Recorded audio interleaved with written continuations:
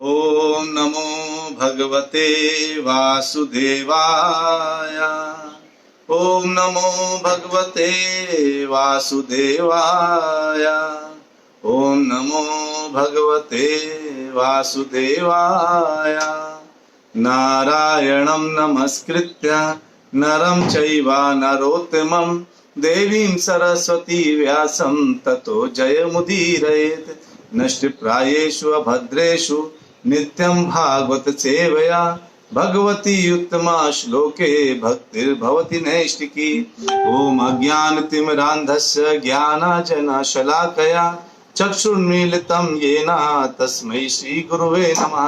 श्रीचैतन्यमनोभीष्टं स्थापितं येन भूतले स्वयं रूपः कदा मह्यं ददाति स्वपदान्तिकं। वन्देऽहं श्रीगुरु श्रीयुतापतिकमलं श्रीगुरून् वैष्णवांश्च श्रीरूपं सागरजातं सहगण रघुनाथान्वितं तं सजीवं साद्वैतं सावधूतं परिजनसहितं कृष्ण चैतन्य देवं श्री राधा कृष्ण पादान् सहगण ललिता श्री विशाखान्वितांश्च। हे कृष्ण करुणा सिंधु दीन बंधु जगतपते गोपेश गोपिका कांत राधा कांत नमोस्तुते। तप्त कांचन गौरांगी राधे वृंदावनेश्वरी वृषभानुसुते देवी प्रणमामि हरिप्रिये। वाञ्छाकल्पतरुभ्यश्च कृपा सिन्धुभ्येव च पतितानां पावनेभ्यो वैष्णवेभ्यो नमो नमः। जय श्री कृष्ण चैतन्य प्रभु नित्यानंद श्री अद्वैत गदाधर शिवास आदि गौर भक्तवृंदा। हरे कृष्णा कृष्ण कृष्णा हरे हरे हरे राम राम राम हरे हरे। हरे कृष्णा कृष्ण कृष्णा हरे हरे हरे राम राम राम हरे हरे। हरे कृष्णा कृष्ण कृष्णा हरे हरे हरे राम राम राम हरे हरे। हरे कृष्णा। आप सभी प्यारे प्यारे भक्तों का नित्य भागवत कथा में बहुत बहुत स्वागत है। अभी हम लोग क्या पढ़ रहे हैं? राजा परीक्षित ने क्या क्या प्रश्न पूछे। अच्छा, प्रश्न कौन पूछता है? जब कथा सुन चलती है तो जो ध्यान से सुनता है प्रश्न उसी के दिमाग में आते हैं। तो राजा परीक्षित ने पहला स्कंद और दूसरा स्कंद बहुत ध्यान से सुना, इसलिए उनके दिमाग में इतने प्रश्न आए। उन्होंने प्रश्न पूछना शुरू किया और मैं देखता हूँ वहां भक्तों में से कई भक्त लगातार प्रश्न पूछते हैं। तो जो है, जैसे पुनीति माता बोली जिज्ञासु लोग, हाँ, जिज्ञासा कहाँ से आएगी? जब थोड़ी सी जानकारी होती है कि अरे ये भी कुछ है, यानी आपको पता चला इंडिया में एक ऐसी जगह भी है जहाँ कोरोना बिल्कुल नहीं है, तो आपके अंदर जिज्ञासा जाएगी। आप प्रश्न पूछेंगे कहाँ पर है वो जगह, कैसे लोग रहते हैं वहां पर, क्या करते हैं लोग ऐसी जगह, ऐसी वहां पे कुछ कोरोना नहीं है। तो ये जो प्रश्न जिज्ञासा का पैदा होती है जब थोड़ा सा अंदर ज्ञान होता है। और जब हम ध्यान से कथा सुनते हैं ना, तो हमारे अंदर ऐसा ही आता है कि हम क्या ऐसा समझ लें कि हमको और पता चल जाए भगवान के बारे में। इस समय राजा परीक्षित के मन में यही चल रहा है, वो और जानना चाहते हैं, और जानना चाहते हैं, इसीलिए उन्होंने प्रश्न पूछे हैं। तो आज हमारा क्या है? स्कंद 2 अध्याय 8, और हमने कल 9 श्लोक तक पूरा खत्म किया था। आज हम 10वां श्लोक पढ़ रहे हैं। तो हमारा क्या इस समय क्या हम लोगों ने दृढ़ संकल्प किया है कि डेली भागवतम को धीरे धीरे करके आगे पढ़ते चले जाएंगे, है ना? तो हम लोग क्या कर रहे हैं, धीरे धीरे देखिए, हम एक एक श्लोक को बहुत अच्छे से पढ़ रहे हैं। पहला स्कंद खत्म हो गया, दूसरा स्कंद का 7वां अध्याय खत्म हो गया, 8वां अध्याय शुरू हो गया, और उसके 9 श्लोक खत्म हो गए। तो कितने अच्छे से हम लोग पढ़ रहे हैं ना। तो अब देखिए 10वां श्लोक पढ़ते हैं, 2.8.10। क्या बोलते हैं परीक्षित महाराज? सचापि यत्र पुरुषा विश्व स्थित उद्भव अप्ययः मुक्त्वा आत्माया माया ईशः शेते सर्व गुहाशयः। कहते हैं, और भगवान के बारे में जानकारी करना चाहते हैं। कहते हैं कृपया उन भगवान के विषय में भी बताएं। किन भगवान के विषय में बताएं? कहते हैं जो प्रत्येक हृदय में परमात्मा और समस्त शक्तियों के स्वामी के रूप में स्थित है। यानी हमारे हृदय में, यानी प्रत्येक हृदय में, इसका मतलब नहीं कि किसी और के हृदय में, हमारे हृदय में बता रहे हैं परीक्षित महाराज। कह रहे हैं कि जितने लोग भागवतम सुन रहे हैं उनके भी हृदय में, और जो कह रहे हैं उनके भी हृदय में है, और पेड़ पौधे जीव जंतु जो भी है सबके हृदय में क्या है? भगवान परमात्मा और के रूप में स्थित है, समस्त शक्तियों के स्वामी के रूप में स्थित है। किंतु जिनकी बहिरंगा शक्ति उनका स्पर्श तक नहीं कर पाती। बहिरंगा शक्ति तो दो शक्तियां भगवान की हैं, एक अंतरंगा शक्ति, एक बहिरंगा शक्ति, और एक और शक्ति है वो है तटस्था शक्ति, जो जीव है। अंतरंगा शक्ति राधा रानी हमेशा भगवान के साथ रहती है। बहिरंगा शक्ति माया देवी, दुर्गा देवी, जो भगवान से थोड़ा दूर रहती है। भगवान को वो थोड़ा सा अपना मुंह और छुपा के रखती है। हमने पढ़ा था ना ब्रह्म संहिता में, जिसमें बोला गया था कि दुर्गा देवी उनके सामने नहीं आती, कहती देखो भगवान के बनाए हुए जीव है, मैं उनको तकलीफ देती हूँ तो उनको अच्छा भी नहीं लगता है, लेकिन आज्ञा का पालन ही भगवान का ही कर रही है ना। तो बहिरंगा शक्ति उनको छूती नहीं है। और अंतरंगा शक्ति, और दूसरा कहने का मतलब है कि माया उनको नहीं छू सकती, क्योंकि माया तो उन्हीं के आदेशों का पालन कर रही है, लेकिन माया हम बद्ध जीवों को छूती है। हम लोग बंधे हुए ना यहाँ पर, माया तो किसको पकड़ती है? हम लोग पकड़ लेती है। अरे देखो ये बंदा जो है भक्ति नहीं कर रहा, अच्छा भक्ति करना चाह रहा है, इसको थोड़ा माया का लालच दे दो, इसको थोड़ा पैसों का लालच दे दो, ऐसे करके थोड़ा इसको यहाँ वहां का भ्रमण का लालच दे दो। देखो कितनी जल्दी जो है, कितनी आसानी से, कितनी जल्दी लोग जो है क्या होंगे, तुरंत फंस जाते हैं। जैसे कोई व्यक्ति है जो मंदिर जा रहा है, तो अचानक उसका दोस्त मिला, अरे कहाँ जा रहे हो? अरे मंदिर जा रहा हूँ यार, मैंने बहुत दिनों से मंदिर नहीं गया। अरे पता है आज नया मूवी आया है, आज ही की रिलीज है, मंदिर तो तुम कल भी चले जाओगे, मूवी आज ही बिल्कुल नया, फर्स्ट डे फर्स्ट शो, चलो चलते हैं, पैसा मैं खर्च करूंगा। तुरंत जो है, तुरंत इमीडिएटली बेसिस पे वो माया पे चला जाता है और मंदिर की जगह मूवी चला जाता है। तो ये माया इस ढंग से भटकाती है। तो जोगेश प्रभु लिखे, please also explain the personality of godhead who lies in every heart as the super soul and as the lord of all energies but is untouched by his external energy. Yes, तो यही है प्रभु। अगर जो है, जो व्यक्ति, अगर भगवान सबके हृदय में है, भगवान कहते हैं मैं आता हूँ पृथ्वी में, मैं अलग अलग जगह में अपने आता हूँ। कब आता हूँ? यदा यदा ही धर्म से, मैं तभी आता हूँ जब देखता हूँ धर्म नहीं, धर्म की हानि हो रही है। तो भगवान आते हैं, सबके हृदय में रहते हैं, लेकिन माया तब भी, वो उनका शरीर पूरे टाइम आध्यात्मिक होता है, कभी भौतिक अवस्था में वो पीड़ित नहीं होते, वो भौतिक अवस्था में रह करके दुखी नहीं होते। अरे क्या, हाँ मैं भाग गया तो कितना दुख हो रहा है मुझे, नहीं, उनको कोई दुख नहीं होता। वो भौतिक वो इन गुणों के मालिक हैं, है ना। त्रय गुणा शक्ति, ये जो 3 गुण हैं उनके वो मालिक हैं, ना कि वो उनके, यानी जिन गुणों को वो संचालन कर रहे हैं वो गुणों द्वारा संचालित नहीं हो रहे। ध्यान रखिए, भगवान नियंता है, नियंत्रण में नहीं है। बद्ध जीव नियंत्रण में है, नियंता नहीं है ना। भगवान सबके हृदय में है, हृदय में रह के भी भगवान कहते हैं मैं इनमें से नहीं हूं, मैं सब में हूं पर इनमें से नहीं हूं। यानी मैं सब में हूं, मैंने सबके हृदय में वास करता हूं, लेकिन मैं इनके जैसा नहीं हूं कि भौतिक गुणों के प्रति किसे बंध करके कार्य कर रहा हूं। मैं बंधा हुआ नहीं हूं, मैं स्वतंत्र हूं, है ना। जैसे पिता होता है घर में, वो स्वतंत्र होता है, वो कहीं जाना चाहे जा सकता है, कहीं घूमना चाहे घूम सकता है, लेकिन वो आता रहता घर के अंदर है और वो अपने बच्चों के साथ अपना टाइम स्पेंड करता है। इसका मतलब ये नहीं है कि वो जो टाइम स्पेंड कर रहा है तो क्या कर रहा है वो गलत, मतलब वो अरे वो बंधा हुआ है, फंस गया। नहीं, वो परिवार के अंदर वो स्वतंत्र है, जा सकता है, लेकिन जाता नहीं। उसको लगता है कि नहीं, मेरे रहते परिवार को मैं रक्षा दे सकता हूँ। इसी तरीके से भगवान कहते हैं मैं आता हूँ, मैं लिप्त नहीं हूँ, मैं इनसे अलग हूँ, लेकिन मैं इनके सबके हृदय में मैं रहता हूँ। तो भगवान इसमें कहते हैं, फिर परीक्षित महाराज दूसरा प्रश्न पूछ रहे हैं, स्कंद 2 अध्याय 8 और 11वां श्लोक। तो जो नए भक्त हैं उनके लिए बता दूं कि हम लोग डेली 1-1 श्लोक 2-2 श्लोक पढ़ रहे हैं और 4-4 श्लोक पढ़ के भागवतम के एक स्कंद खत्म कर दिए और दूसरा स्कंद का हम 7 चैप्टर खत्म कर चुके हैं। 8वां अध्याय चल रहा है, रनिंग है। तो 2.8.11 भागवतम, पुरुषावयवैः लोकाः सपालाः पूर्वकल्पिताः लोकै अमिष अवयवाः सपालै इति सुश्रुमः। कहते हैं हे विद्वान ब्राह्मण, इसके पूर्व व्याख्या की गई थी। कहते इसके पहले जो आपने मुझे बताया था, क्या बताया था कि ब्रह्मांड के समस्त लोग अपने अपने लोक पालकों सहित विराट पुरुष के विराट शरीर के विभिन्न अंगों में स्थित है। यानी समस्त लोग भगवान के शरीर के अंगों में स्थित है, अलग अलग जगह पर। और मैंने ये भी सुना कि विभिन्न लोक मंडल विराट पुरुष के विराट शरीर के स्थित माने जाते हैं, किंतु उनकी वास्तविक स्थिति क्या है, कृपा करके बताएं। कितना सही प्रश्न पूछा है, सोचिए कितना बड़ा बड़ा आंसर मिलने वाला है आप लोगों को, इसलिए ध्यान से सुनना पड़ेगा भागवतम, इतने बड़े बड़े प्रश्न हैं। अच्छा, मुझे कौन बताएगा कि किन श्लोकों में, भागवतम के ही किन श्लोकों में जो सुखदेव गोस्वामी ने भगवान के ऐसे विराट रूप की जो है के बारे में बताया है, की व्याख्या करिए। कौन बता सकता है कौन से श्लोक में था? अरे वाह, पुनीति माता जी ने नोट भी कर दिया 2.8 अच्छा ये तो आपने इसका स्लोक बताया, लेकिन 2.1.26 आप जाएंगे देखेंगे 2.1.26 जहां पर जो व्याख्या की थी, तो सोचिए कितने ध्यान से सुना था सबने, आप लोगों ने भी सुना था। हम लोग भूल गए क्योंकि हमारा जो है दिमाग उतना, स्मृति इतना स्ट्रांग नहीं है। परीक्षित महाराज ध्यान से सुन रहे थे, उनको याद था, उनका मैंने ये सुना है लेकिन उनकी वास्तविक स्थिति में मैं जानना चाहता हूँ, बताइए कृपया करके।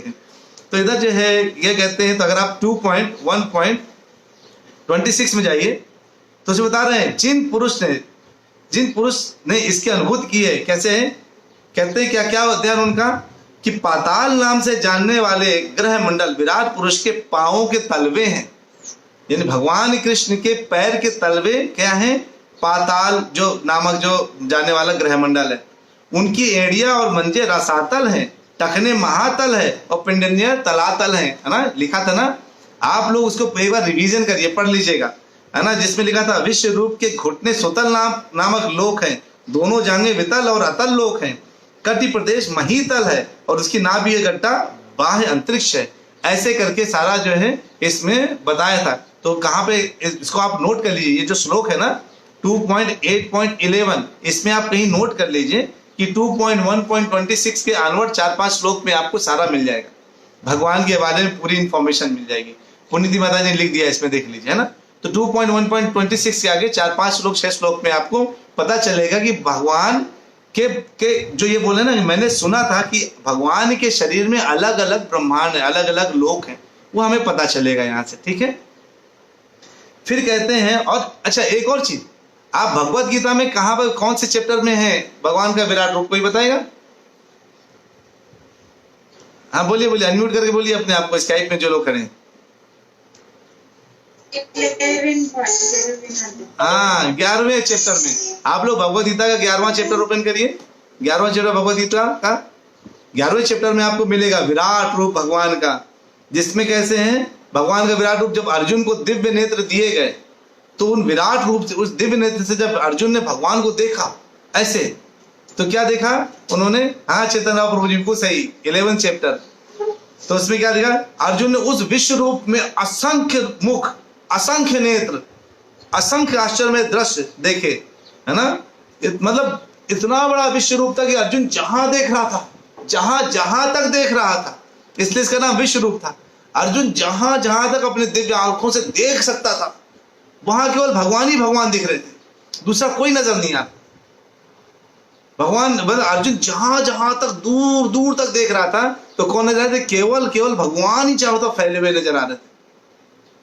तो ये जो चैप्टर है इसमें आप देखिए, और कहते हैं ये दैवी मालाएं तथा वस्त्र धारण किए हैं और अनेक दिव्य सुगंधियां लगी थी, सब कुछ आश्चर्य में, तेज में, असीम तथा सर्वत्र व्याप्त, है ना, हर जगह फैला हुआ था। तो कहते हैं मैं अब वो देख के ना बिल्कुल अर्जुन को घबराहट सी हो गई और रोमांच भी आ गया। अरे भगवान, ये सोचिए आपका दोस्त तो डेली आपके साथ जो है कैरम खेलता हो या चेस खेलता हो या आपके साथ जो है मजाक मस्ती करता हो और आपको पता नहीं उसके बारे में, और अचानक एक दिन आपको ये पता चले, वो दोस्त गए, अचानक आपको देखे कि 20-25 पुलिस वाले आ गए, उसको सल्यूट कर रहे हैं। आपने देखा एक मंत्री जा रहे हैं, वो भी सल्यूट कर रहे हैं। आप कहेंगे ये भाई कौन है, भाई तुम कौन हो भाई? वो कहेगा कि मैं जो है, अरे मैं कुछ नहीं, इस राज्य का मैं जो है चीफ मिनिस्टर हूँ।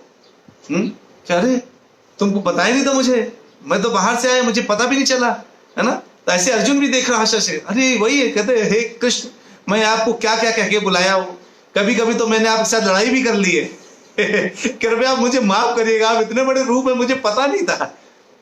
तो जो है अर्जुन इसमें वो घबरा रहा है। तो वैसे ही इधर, लेकिन ये बोल रहे हैं परीक्षित महाराज, मैंने सुना है, आपने बताया मुझे कि सारे लोग उनके शरीर में हैं, सारे जितने भी जो है लोक हैं, नीचे से लेके पाताल लोक से लेके स्वर्ग लोक से लेके सतलोक तक, सब उनके शरीर के अंदर व्याप्त हैं। लेकिन उनकी वास्तविक स्थिति को जानना चाहता हूँ, उनकी वास्तविक स्थिति क्या है, इस चीज को जानना चाहते हैं परीक्षित महाराज। हमारे अंदर भी जानने की इच्छा है कि नहीं है? सबको जानने की इच्छा है कि भगवान की वास्तविक स्थिति क्या है। अरे बिल्कुल, सारिका माता जी हाथ खड़ा कर दे, बिल्कुल हमें चाहिए, बिल्कुल जानना है। तो अगले चैप्टर में जो 9वां अध्याय आएगा ना, उसमें भगवान अपनी वास्तविक स्थिति कई भगवान को उदाहरण से बताया जाएगा। ठीक है, बहुत आनंद आने वाला है इन प्रश्नों में। 12वां प्रश्न, 12वां श्लोक पूछते हैं, कहते हैं 2.8.12 भागवतम।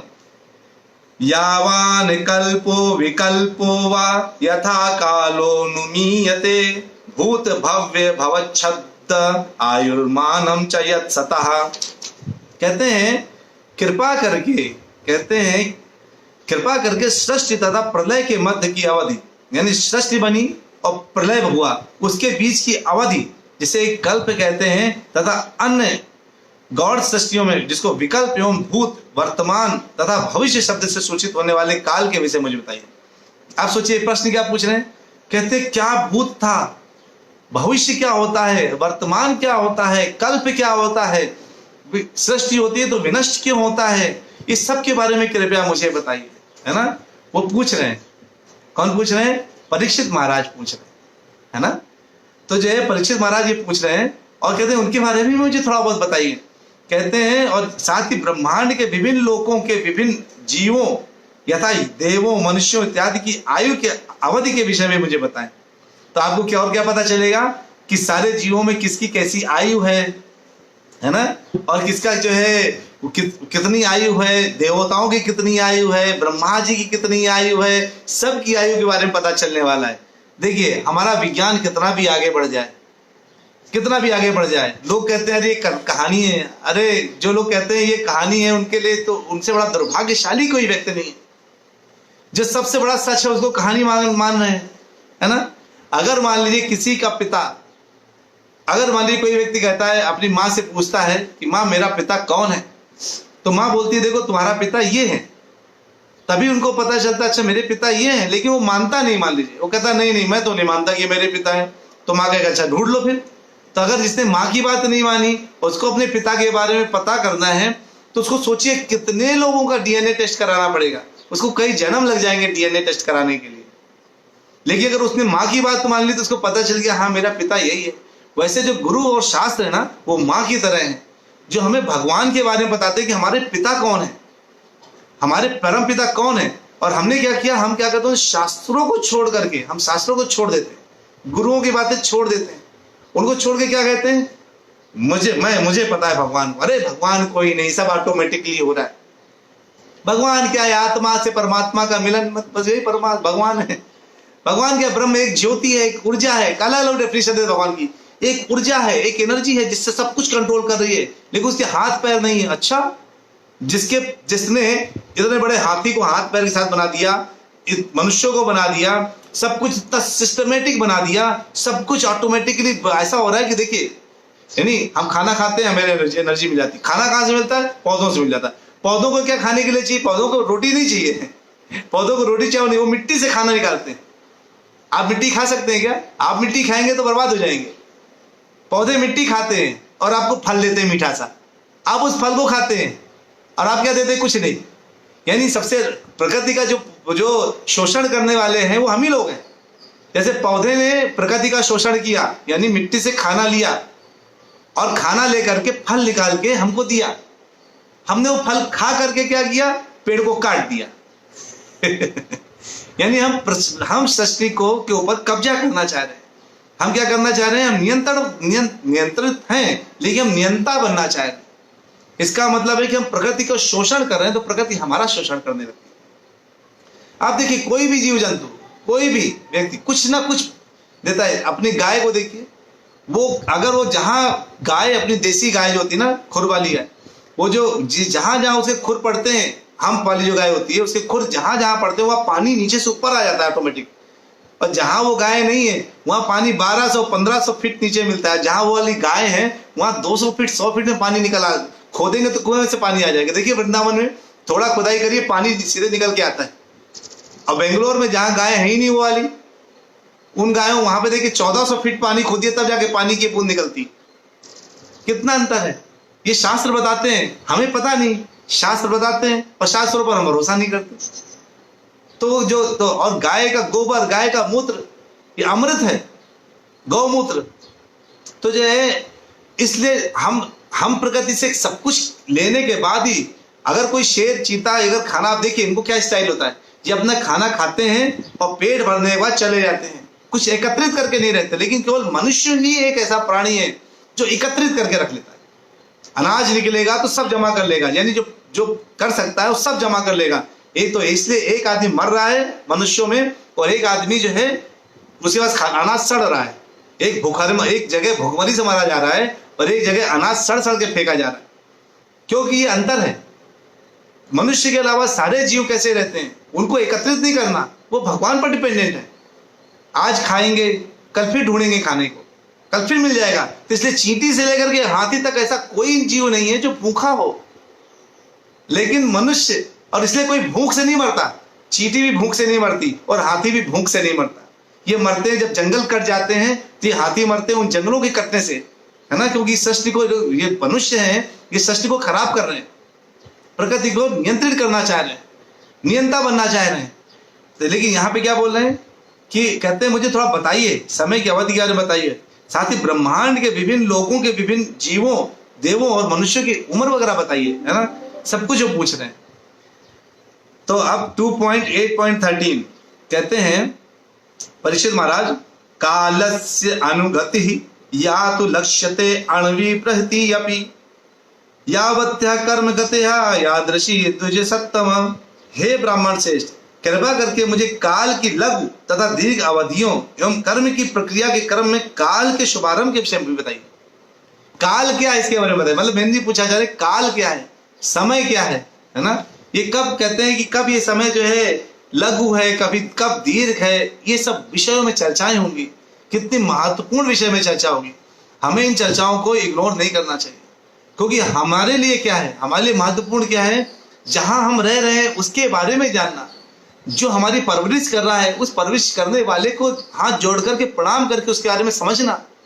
अरे अगर आपके पिता आपकी परवरिश कर रहे हैं और आपके पिता के बारे में नहीं पता कि आपके पिता की क्या इच्छाएं हैं, तो आपने तो फिर अपना जीवन वेस्ट कर दिया ना। वैसे परम पिता भगवान जो मेरे पिता के पिता भी हैं, मेरे पिता भी हैं, जो सब लोग हैं, अगर हम भगवान की उनकी परवरिश नहीं करेंगे, उनकी बातों को ध्यान में नहीं रखेंगे, अगर हम उनके लिए सेवा नहीं करेंगे, तो हमने अपना समय वेस्ट कर दिया, है ना। इसलिए जो है आप लोग बहुत ध्यान से सुन रहे हैं और ऐसे कनेक्टेड रहिए। देखिए कितने अच्छे अच्छे प्रश्न परीक्षित महाराज ने पूछे हैं। हमारे मन में ये प्रश्न हो सकता है ना आ पाए, क्योंकि हम बहुत बिजी रहते हैं ना अपने कामों में। सब लोग ऑफिस का काम कर रहे हैं, घर का काम कर रहे हैं, बाहर का काम कर रहे हैं, दुनिया भर के काम कर रहे हैं, बहुत बिजी हैं। अगर इतने बिजी हैं तो उसके बीच में हमारे दिमाग में हो सकता है प्रश्न ना आए, लेकिन हमारे रेफरेंस में हमारे लिए कोई पूछ रहा है प्रश्न, परीक्षित महाराज प्रश्न पूछ रहे हैं, तो उनके प्रश्नों के जो उत्तर आगे मिलेंगे, बहुत अच्छे प्रश्न के उत्तर मिलने वाले हैं, आनंद आ जाएगा। ठीक है, तो उसके लिए जो है आप बिल्कुल तैयार रहिए। एक प्रश्न पूछा परमजीत प्रभु ने, प्रभु जी इस संसार में जीतता कौन है। प्रभु जी इस अगर आपका प्रश्न यही है, इस संसार में कौन जीतता है, तो जीतने वाला व्यक्ति वही है जो भगवान को जान जाता है। बाकी दुनिया में कोई व्यक्ति जीत नहीं सकता। भगवान को जो जान गया, भगवान की जिसने सेवा शुरू कर दी, वो समझ लो सब कुछ प्राप्त कर लिया उसने, अन्यथा उसको कुछ नहीं मिल सकता। जितना पैसा जमा कर लीजिए, जितना धन लक्ष्मी जमा कर लीजिए, जितने लोग आपके पीछे पड़ जाएं, बहुत आपका रिस्पेक्ट करने लगे, कुछ नहीं मिलने वाला इनसे। एक ही चीज मिलने वाला, भगवान का कितना आपने सेवा कर ली है, भगवान के विषय में कितना कर लिया है, उस विषय में अगर अपने उसमें ध्यान देते हैं तो ही जाकर के आप जीतते हैं, नहीं तो फिर हार गए। ये जीवन। प्रभुपाद जी से पूछा था ना, प्रभुपाद जी से कि अरे प्रभुपाद जी से पूछते हैं कुछ लोग, प्रभुपाद जी आप दिन भर कृष्णा कृष्णा करते रहते हैं, दिन भर इनका प्रचार करते रहते हैं, मार्केटिंग करते रहते हैं, अगर आपको पता चला भविष्य में मरने के बाद अरे कोई भगवान नहीं थे, तो आप जो तब तो आप जो तब क्या सोचेंगे, तब तो जो है आपको लगेगा कि आपने पूरा जीवन वेस्ट कर दिया। तो प्रभुपाद जी ने कहा बात तो सही है तुम्हारी, मैं तो जो है अगर मैं तो कर रहा हूँ, भक्ति कर रहा हूँ और भक्ति में मस्ती कर रहा हूँ, लेकिन मुझे बाद में पता चला तो सच में मुझे थोड़ा तकलीफ होगा। लेकिन तुम बताओ, तुम भक्ति नहीं कर रहे हो, तुम केवल मस्ती कर रहे हो, भगवान को भजते नहीं हो, पूछते नहीं, भगवान की सेवा नहीं करते। अगर मरने के बाद तुम्हें पता चला कि भगवान है और तुमने काश कर लिया था, तो तुम तो फंस गए। तुम्हें क्या मिलेगा, तुम तो फंस गए बेटा। फिर तो तुम्हें पश्चाताप होगा कि काश मैंने ये भक्ति कर ली होती। तो आज मौका है, कर लो, क्योंकि भक्ति से बड़ी मस्ती किसी में नहीं है। जो भक्त है उनको पता है कितनी मस्ती होती है भक्ति में। चलिए बहुत बहुत धन्यवाद। आप लोग ध्यान से सुनते हैं, नियमित ज्वाइन करते हैं। ये सारे मैं देख रहा हूँ आप लोग शेयर भी काफी अच्छे मात्रा में कर रहे हैं, आप लोग शेयर भी कर रहे हैं इन वीडियोस को, उसके लिए बहुत बहुत धन्यवाद। और ये वीडियो हम ये धीरे धीरे करके हम पूरी भागवतम रिकॉर्ड है कि हम लोग ये पूरे भागवतम को खत्म करेंगे, पूरे अध्याय पूरे कैंटो खत्म करेंगे और बहुत ध्यान सुनेंगे, बड़ा मजा आने वाला है आगे। पूरी मस्ती अगर करना चाहते हैं तो बिल्कुल डेली सुनते रहिए। तो कहते हैं Chaitanya Prabhu ji, to know Shri Krishna is Bhagavad Gita enough, S B is all about creation material world and other things except 10th canto. Prabhu ji, Chaitanya Prabhu ji, 10th canto में भगवान है, लेकिन 10th कैंटो के 1st to 9th कैंटो में विज्ञान है, भगवान का विज्ञान। अगर हमने 1st to 9th कैंटो नहीं पढ़ा प्रभु जी, चैतन्य प्रभु जी, तो हम लोगों को 10th कैंटो समझ में नहीं आएगा, क्योंकि 10th कैंटो या तो हम बाल लीला देखेंगे या तो हम रासलीला देखेंगे। अगर हमने 9th कैंटो तक भगवान को अच्छे से नहीं समझ पाए 9th कैंटो तक, तो क्या होगा, हम 10th कैंटो में भगवान की रासलीला पढ़ करके और कामातुर हो जाएंगे। इससे पहले भगवान के विज्ञान को जानने के लिए 9th कैंटो तक पढ़ना बहुत जरूरी है प्रभु जी। इसलिए प्रभुपाद जी कहते हैं जिसने 1st to 9th कैंटो नहीं पढ़ा उसको 10th कैंटो नहीं पढ़ना चाहिए। प्रभुपाद जी ने पहले ही बोल दिया था। तो हमको जो है, और भगवत गीता में भगवान ने अपने बारे में पूरा बताया है, लेकिन भगवान ने अपने बारे में जितना बताया उसमें और भगवान की लीलाओं के बारे में और अच्छे से जानकारी भागवतम में मिलती है। तो हमें भागवतम को जरूर सुनना चाहिए। मतलब कुछ भी हो जाए, अगर आप खुद नहीं पढ़ पा रहे, मान लीजिए टाइम नहीं मिल पा रहा, ये आधा घंटा समय निकालिए। अरे कुछ काम भी कर रहे तो क्या, वो कनेक्ट करके कान में लगा के सुनिए। मैं कौन कर रहा हूँ वीडियो में आ जाएगी, कान में लगा के सुनिए, लेकिन आधा घंटा ये सुनना बहुत जरूरी है ना। तो इसलिए चैतन्य प्रभु जी बहुत जरूरी है भगवत गीता प्लस भागवतम, इसलिए अलग अलग किताबें हैं। चैतन्य चरितामृत, ये सब किताबें हैं जो हमें बहुत पढ़ना चाहिए। चलिए, बहुत बहुत धन्यवाद। हरि बोल, हरे कृष्णा। मिलते हैं ब्रेक के बाद कल के दिन फिर आगे प्रश्न पूछे गए प्रश्नों में, ठीक है। हरि बोल, हरे कृष्णा कृष्ण कृष्ण हरे हरे, हरे राम राम राम हरे हरे। हरि बोल, हरे कृष्ण।